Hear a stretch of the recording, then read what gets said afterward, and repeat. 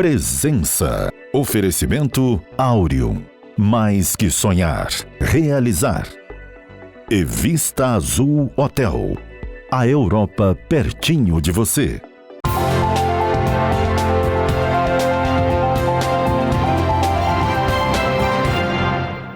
A presença nossa de hoje é de uma persona, como você verá ao longo dessa conversa. Eu me refiro ao candidato a aventureiro José Salles, com quem nós passamos a conversar agora.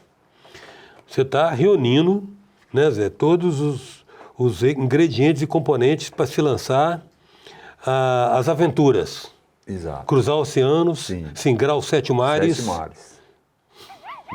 Sem pressa. Vamos dar uma rebobinada para chegar Isso, até agora, isso, né? Isso.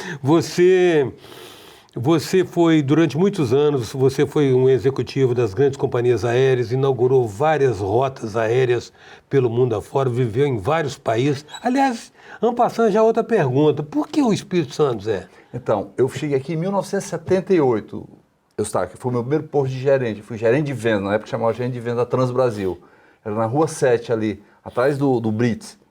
E eu tenho 2 filhos, Carol e Yuri. Minha garotinha tem 43, meu garoto tem 39, 4 netos. Então eu sempre gostei do Espírito Santo. Eu morei na França, morei em Paris, morei em Milão.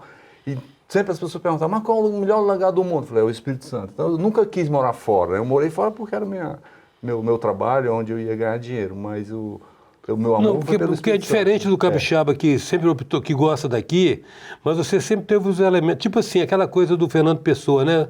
Conhecer o mundo para amar a aldeia, né? Exatamente. É uma coisa parecida sua. Então a minha aldeia é o Espírito Santo. Eu desde 78 que eu vim aqui, morei aqui, depois morei 22 anos fora do Brasil em 2 oportunidades. Mas a minha terra mesmo, meus amigos hoje estão no Espírito Santo. Basicamente eu tenho 2 ou 3 amigos. E nessas andanças por fora, por onde você andou, trabalhando? Então, eu morei em Paris, morei em Milão, morei em Madrid. Aí foi por quê? Pela Transbrasil? Aí foi pela TAM, tô indo de trás para frente. Então, tá. Na TAM foi Paris, Milão, Madrid, Buenos Aires, Montevidéu, Nova York. Não, Nova York não, na Transbrasil foi só Miami. E aí, isso na TAM, até Miami. E na Transbrasil, eu morei em Orlando, Miami e Nova York. Então, 2 vezes eu morei nos Estados Unidos, nunca pensei em morar nos Estados Unidos. Meu sonho mesmo era morar na França, né? Então, eu estudei francês desde cedo e eu tive essa sorte de fazer E em qual desses países você teve uma permanência maior? Foi bem variado. Na realidade, eu digo que eu era escravo, porque não era eu que escolhia, né? Era o trabalho. Então, eu morei 4 anos na França, em Paris, morei 4 anos em Madrid, morei 1 ano em Milão. Sim, na Transbrasil eu morei em Teresina também, só para não falar só o circuito italiano Rubinstein, né? Uhum. Mas basicamente... Cachoeira da Pemirim, não? Cachoeira da Pemirim, eu fui diretor, minha última função era diretor da Europa, Ásia, África, Oriente Médio e Cachoeira da Pemirim. Exato. Aí você se aposentou? Sim, eu me aposentei aos 50 anos, eu estava lá em Miami, eu planejei minha vida para financeiramente me organizar até a cabeça. Para outra metade da sua vida, aos 50 anos você planejou a outra metade. Isso, exatamente. Porque como diz o Saramago, né, uma viagem termina e começa já outra, a vida é assim. Então, eu comecei com 15 anos, comecei na Varig, né, meu primeiro emprego foi na Varig, 1968. Você era um garoto ainda também. E eu trabalhei 45 anos no mercado da aviação. Então, comecei como office boy e terminei como diretor. E morei nesses locais aí. No Brasil, eu morei aqui, morei em Recife, morei em São Paulo, morei no Rio. E morei em Brasília. Aí aqui, outro dia, o Leonel Ximenes botou você na mídia ali, falando do seu projeto de vender aquela mansão lá do Morro do Moreno, espetacular. E... se entregar agora a um projeto bem ambicioso, hein, Zé? Bem ambicioso, Explica para nós o projeto. Então, eu comecei a conhecer a vela, apesar de que sou da terra do Dragão do Mar, né? O jangadeiro que saiu de Fortaleza e foi para o Rio. E se recusava a transportar os escravos de lá para cá, você sabe, mesmo, né? Você sabe que o Ceará foi o primeiro estado a libertar os escravos também. Por isso tem até um lema bonito, que eu esqueci agora, mas tem um lema bonito. Então, quando eu morei em Nova York, em 1994, O Paulo Lavagetto, que era o meu colega, que era o diretor da Varg lá, me apresentou um cearense que morava lá, que era representante da indústria siderúrgica nacional lá, da CSN, e ele tinha um veleiro. Esse meu amigo me apresentou o Paulo Lavagetto, que tinha um veleiro. Eu comprei esse veleirinho, mas eu não tive tempo. Na época, essa grande sacada, porque na época eu tinha uma situação financeira boa, mas não tinha tempo. Agora eu não tenho uma situação agora tão tem boa. os dois. Agora eu tenho Agora tempo. tem os dois. E não preciso de muito para viver, né? Então essa questão da vela começou em Nova York. Depois, quando eu fui para Miami, muitos amigos tinham veleiro. Eu sempre gostei. Cheguei a fazer um curso de vela lá em Nova York, mas eu sou um pato novo. Você sabe, tem um pato novo não mergulha fundo. Então, e na vela você não pode errar, como na aviação também, né? Então eu estou começando ainda. Na vela você precisa ser. Velejar é preciso também, no sentido. Sem dúvida. Velejar é preciso também. E é preciso para a alma também, viu? Sim, isso que eu queria te falar. E porque não é diz que não é você que escolhe. O Paulinho da Viola já falava, né? Não sou eu que me navego, quem me navega é o mar. Então, Interessante, mas é interessante o velejar. É interessante porque no caso você só usa o vento mesmo, né? Só força motriz do vento. Você tem um motor, para as contingências. Ou se você está com pressa, o que a vela não combina com pressa, porque é por isso que eu tenho esse prazer de não ter pressa. Eu passei a vida toda sem tempo. Né? Sim. E agora eu tenho tempo, eu quero viajar, mas não quero sair velejando. A gente pensa que o velejador vai ver dentro do veleiro navegando. Não, ele vai para um local, vou para o Festival do Livro em Paraty. Posso ficar uma semana, um mês. Meu plano é até...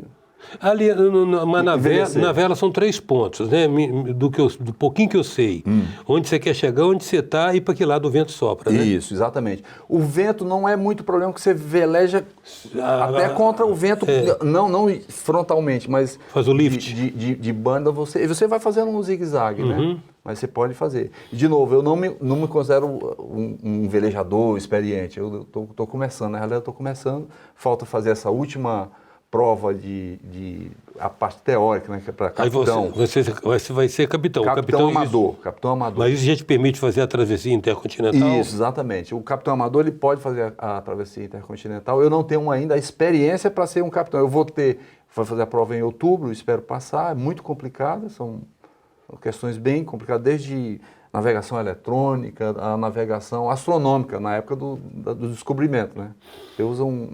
Você pode pifar tudo e você consegue saber mais ou menos onde é que você está. Então, e a minha ideia é essa, como eu falei, eu estava nos Estados Unidos, pensei em comprar outro veleiro, mas aí eu deixei para lá e surgiu essa oportunidade aqui. Tá, mas você ainda não investiu no veleiro, não vai comprar ainda? Eu tinha um veleiro pequeno aqui. Pequeno é quantos? Quantos pés? 19 pés. 19 sem pés, motor, 6 metros. Isso, na curva da Jurema. E a minha ideia é comprar esse veleiro sempre usado aqui, né, claro. Esse de 12 metros? Isso, de 35 pés, 12 metros. E viajar aqui pelo Brasil para criar mesmo marra 1 ano ou 2. Pegar o traquejo. Isso, aí depois eu vendo esse veleiro, aí vou para os Estados Unidos comprar lá, que é bem mais barato e pronto. A partir dos Estados Unidos, sim, que é rodar os Estados Unidos, Caribe, atravessar o Atlântico Norte e entrar no Mediterrâneo. Aí, não sei quanto tempo... Nossa, você vai atravessar o Atlântico Norte, vai descer imaginando pela Inglaterra, Espanha... Não, você vai... Normalmente você vai até os Açores, né? Tá. E aí depois você... Ali na costa da África, ali, né? Aí entra no Mediterrâneo. Aí você quer velejar dentro do Mediterrâneo, através de Gibraltar. Tempo, só na Croácia, por exemplo, você tem... Maravilhoso. Né, milhares de... Hoje a Croácia tem 40% do mercado europeu de vela, está na Croácia. Mas é interessante como é que a Croácia, tão perto, o nome sugere que é longe, né? Porque a gente não tem familiaridade. Ela é colada na Itália ali, né? Claro. É o que mar ali? O Báltico? Que mar ali? Ali é o Adriático. Mas é impressionante o litoral. Sim, o litoral croata. Maravilha. E foi um mercado que desenvolveu depois da queda do Muro de Berlim, né? Porque até a queda do Muro de Berlim, ela era um destino para a nomenclatura soviética. Sim. E os operários soviéticos. Ela estava na Europa Oriental, né? Estava. Então, quando o muro caiu, A forma mais rápida de desenvolver o turismo foi os cruzeiros marítimos, porque não precisava de estrutura, o cruzeiro chegava lá e passava um dia e ia embora, e ele foi se desenvolvendo, aí desenvolveu a vela também. Então é uma história bem interessante. Como é que você viu, por exemplo, uma experiência? Porque velejar fala muito mais a alma do que como uma mera modalidade física, né? Sem dúvida, mas você precisa se organizar. Não, né? sim, Então, aí eu vou trazer um planejamento. Exatamente. Tem uma propaganda do Amir Klink na televisão que ele fala assim: me chamam de aventureiro, eu nunca fui aventureiro. Eu nunca fiz nada que eu ousasse e que não planejasse muito. Como é que você viu aquela experiência dele? É maravilhosa. A filha dele fez agora, você sabe, isso, né? eu vi, acompanhei, eu li todos os livros do Amir. E ele usa a natureza, essa é a grande beleza. E ele, de novo, se repete agora com a filha, né? E você falou em planejamento. Eu posso dizer que tem toda essa história da natureza, você dominar o oceano, mas não é bem assim. E primeiro, planejamento. Aristóteles. Né? Aristóteles dizia que para você ter qualquer empreitada, você tem que ter, primeiro, o conhecimento, né? Tem que ter a forma, como é que você vai fazer. Conhecimento, forma... E a virtude, fazer. Tempo. O conhecimento, ele junta tudo. Conhecimento, forma, tempo e ação. Porque muita gente, se faltar um desses, não dá certo. Então, muita gente faz tudo, mas não age. Se preparou todo. Ou muita gente, como era o meu caso, eu estava todo pronto, mas não tinha tempo. Agora, eu tenho tempo e tenho disposição para, aos 69 anos... Há uma outra leitura exatamente desse princípio que você colocou aristotélico, que é o de conhecimento, saber o que fazer, habilidade, saber como fazer, Sim, a forma. E virtude, fazer. Exatamente, ação. Exatamente, ação. É a mesma coisa, né? Esses conceitos se repetem com outro nome. Exatamente, com outra leitura. Isso. Então é um momento muito bom, então, né, Zé? Você está aí, você está meio com esse sentimento de véspera, né? Tô como o Spinoza, que é o filósofo que eu gosto muito, que espero fazer meu doutorado em Spinoza, ele fala da potência, né? Você tem que ter aquela potência de agir, né? Sim. Para poder... Potência para virar ato. Exatamente. A presença hoje é do filósofo, aventureiro, um punhado de coisa, Zé Salles. A gente volta já. Voltamos com a presença de José Salles, velejador, ex-secretário de turismo, ex-executivo das grandes companhias aéreas do Brasil. Zé, agora vamos falar sobre outra das suas paixões aí, Baruch Spinoza. Isso. Então, você conhece um texto que rola na internet que se atribui a ele, que perguntaram a Einstein se ele gostava de Deus, aí Einstein teria respondido, eu acredito no Deus de Spinoza. Sim, isso é verdade. É verdade? É verdade. Então, Eustáquio, eu fiz filosofia, né? Fiz graduação em filosofia, fiz mestrado, mas cada um eu fiz diferente. A minha graduação eu fiz em Nietzsche, que eu adoro Nietzsche. E Nietzsche depois... Niilista.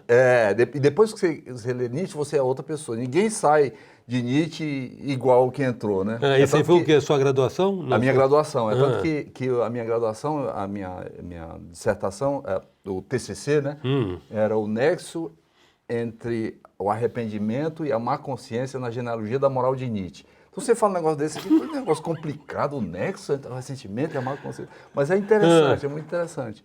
E de Nietzsche, eu vi que o Nietzsche, engraçado que o Nietzsche, já século XIX, e Spinoza, século XVII, o Nietzsche, os dois morreram muito cedo também, o Spinoza mais cedo ainda. E o Spinoza, o Nietzsche, que ele era um gênio, e achava que só ele sabia tudo, ele dizia assim, olha, engraçado que o Spinoza ele escreveu umas coisas muito parecidas comigo, só que ele escrevia 200 anos antes, 300 anos quase, 1600, e Spinoza nasceu em 1632, e Nietzsche nasceu em 40 e pouco, morreu em 2000, em 1900. Então o Spinoza, para mim, é o grande filósofo, né? Tudo que se fala hoje dessa neurociência, da natureza com o homem, tudo é Spinoza. Coisas moderníssimas hoje. Sim, mas se escavar um pouco mais na teoria dele, cai um pouco, resvalar no Oriente, né? Sim, exatamente. Então, Nietzsche estudou Spinoza, Schopenhauer, Então, muita gente... Mas você fez graduação, o seu TCC em Nietzsche... Isso.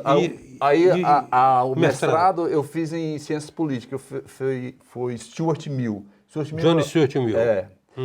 Ele é o criador, mais ou menos, do princípio do dano, que é usado hoje. Até a Janaína Pascoal fala sobre o princípio do dano, que a Janaína Pascoal é advogada, né? E o meu era o nexo entre a tolerância, a junção o princípio do dano como mediador entre a tolerância e a liberdade.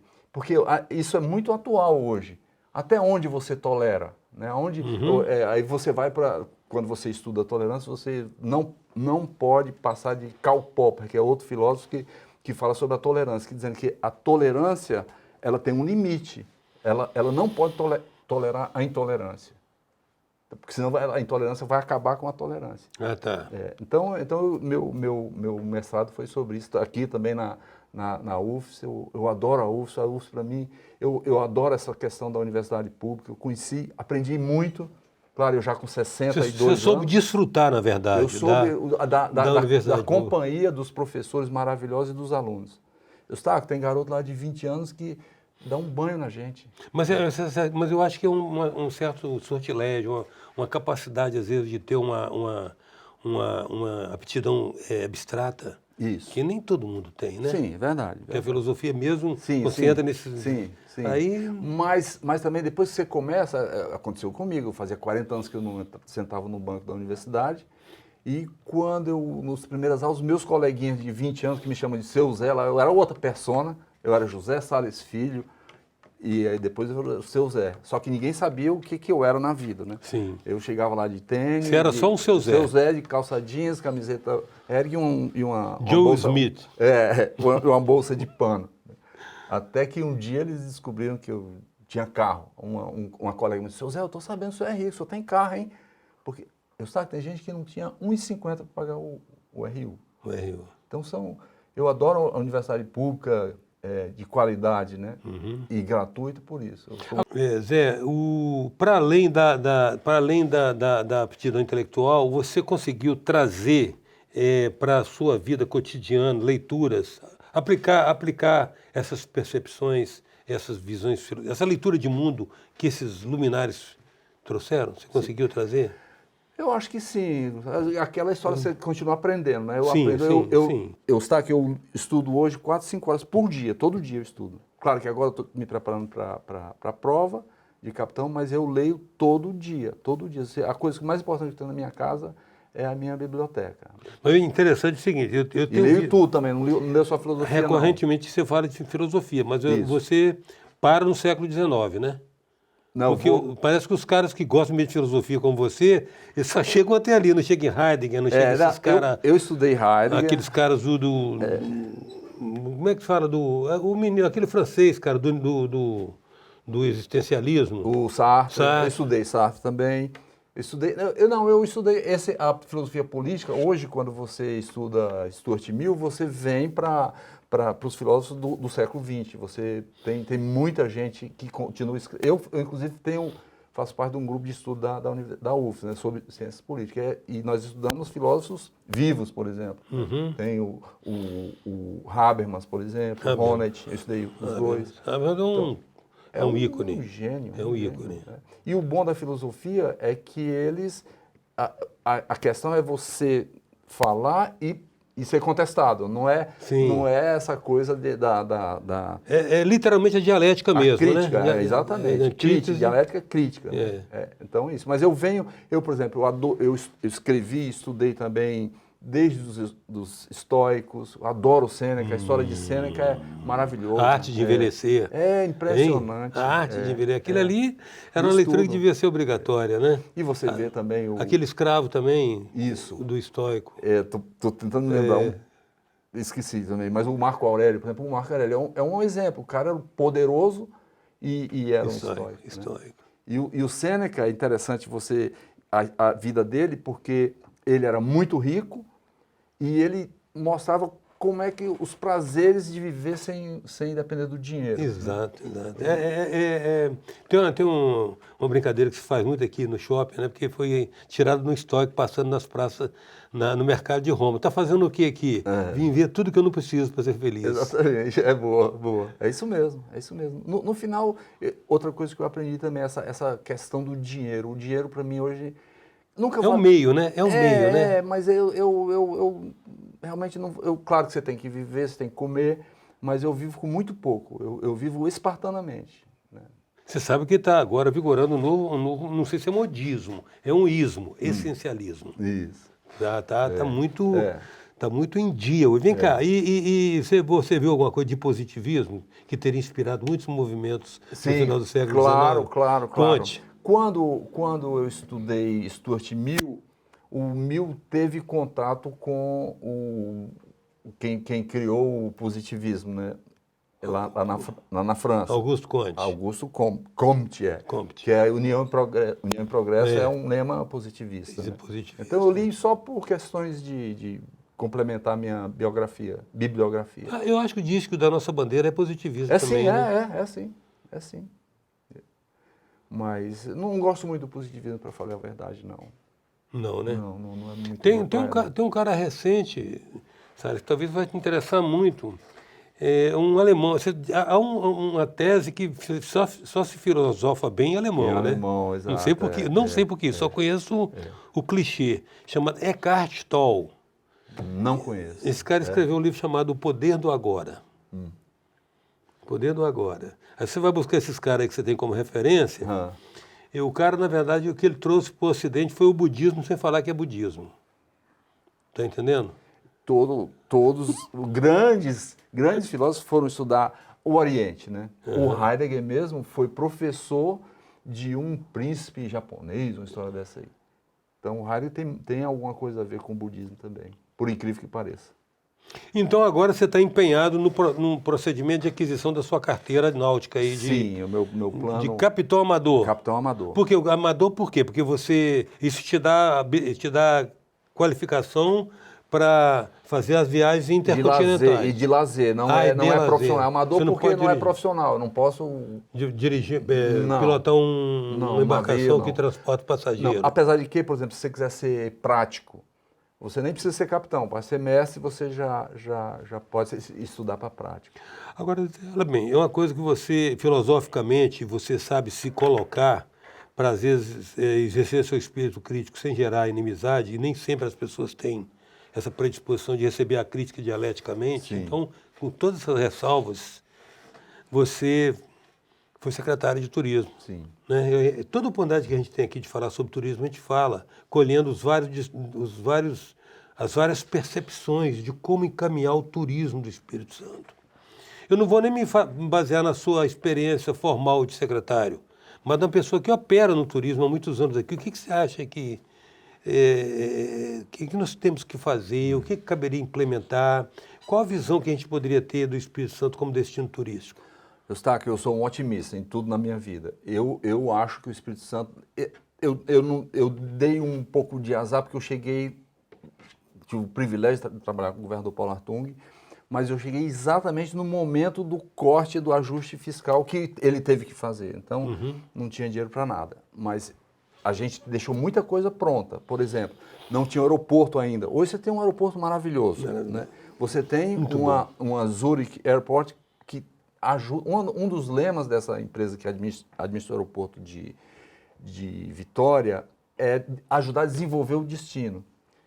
Nós tínhamos pronto, basicamente está pronto o voo internacional para Buenos Aires. Há sempre uma dúvida, o mercado às vezes não gostava muito dessa ideia, porque achava que nós não estávamos prontos, mas o Espírito Santo tem aquela crítica do parque, do padrão de atendimento capixaba.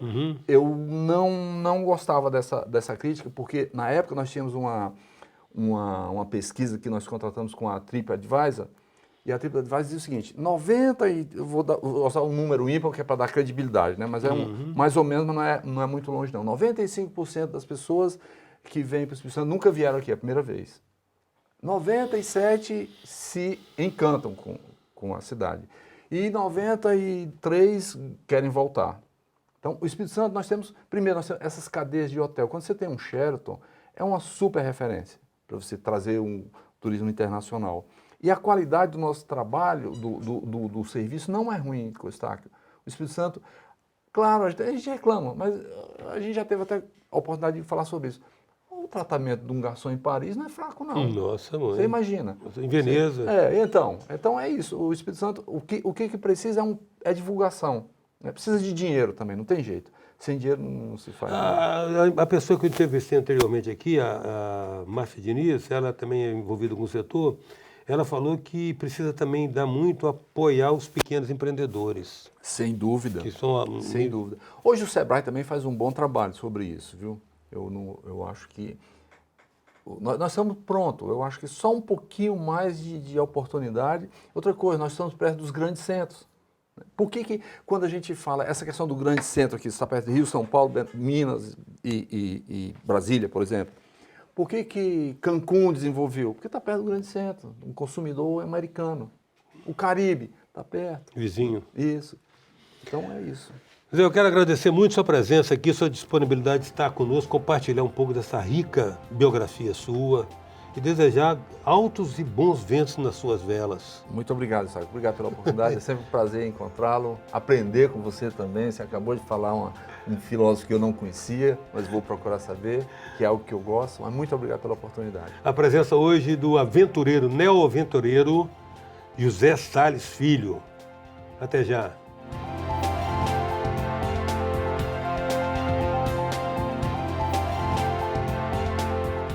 Presença. Oferecimento Áureum.